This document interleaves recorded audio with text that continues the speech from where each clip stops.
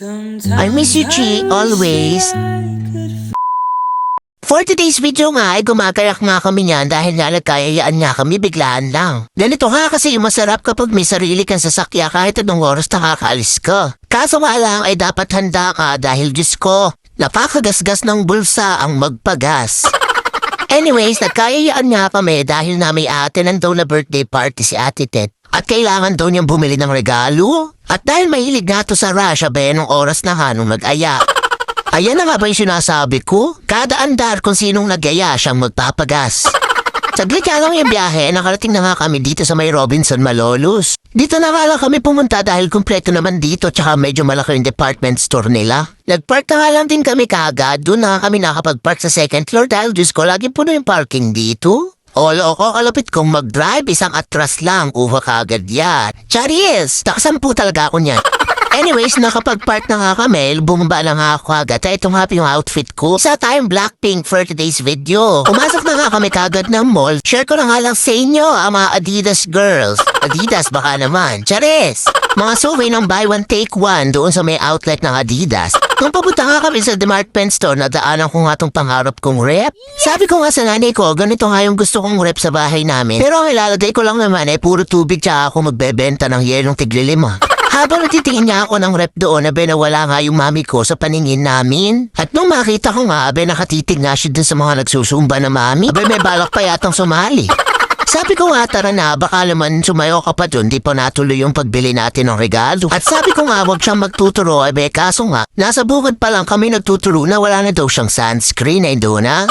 Nakita ko nga yung brandong bag na to, naalala ko bigla yung aso ko, I miss you, Chi. O bago pa ako maiyak, anyway, pumunta na nga kami dito sa may kids section dahil nga ang atinad naming birthday. Ay 7th birthday nga nung inaanak ni Ate Tet at meron nga daw 7 sandals. Kaya naman ang hinahanap namin, sandals nga. Una kita ko pa nga lang dito sa sandals na to ay nabitan ko na nga siya. Sabi ko nga ako na lang yung bibili, wag lang niyang iregalo. Charis! Noong mga oras nga na yan, nagdadalawang isip kami kung anong size yung bibili. Dahil Diyos ko, bumibili siya ng sandals, di pala niya alam yung size ng bibilan niya. Anyway, so nakapag-decide na nga kami, dumiretso na nga rin kami dito sa cashier. At bilang mahihilig sa chocolate, pati chocolate dito sa cashier, nabubudol kami.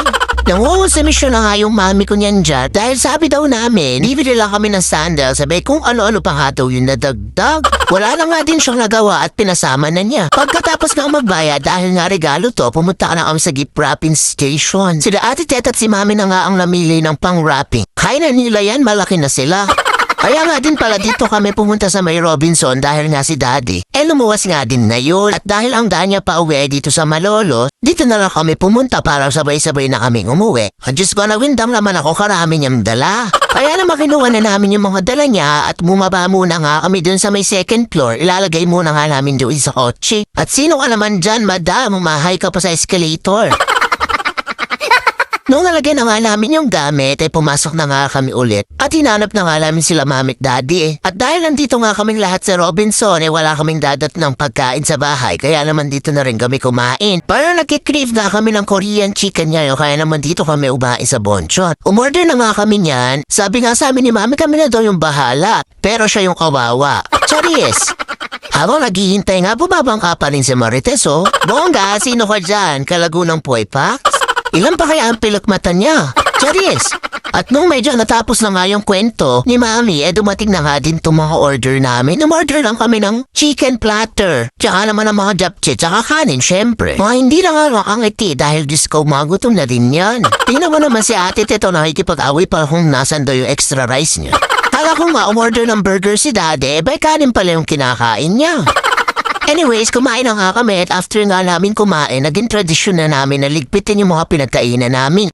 Clean as you go. Ganon. Pagkatapos nga namin kumain, nag-aya nga si Ate Tet na umakyat dito sa second floor dahil daw bibili nga daw siya ng mga brownies. Kaso nga nakakainis dahil yung nagtitinda, ayaw na niya kaming papiliin ng flavor. Assorted na lang daw, ana. Kaya naman di na kami bumili. Kaya naman pumunta na lang sila ng supermarket, gardenia na lang daw yung bibili nila. Nung makabili na nga sila, pumunta na nga din kami pabalik dito sa parking lot dahil Diyos ko, anong oras na? Ako na nga yung nag-drive pa uwi dahil papunta nga doon si Daddy sa biyahe. Saglit lang naman yung biyahe, nandito na kagad kami sa amin. At pag uwi nga namin, may sumasalubong, oh. Ay, Coco, kahit matalim yung kuko mo, love na love, meet na meet. Hyper na hyper nga, tuwang-tuwa na dumating na nga kami. At yun lang naman, tapos na. O, Bes, follow mo na tong page ko. Go!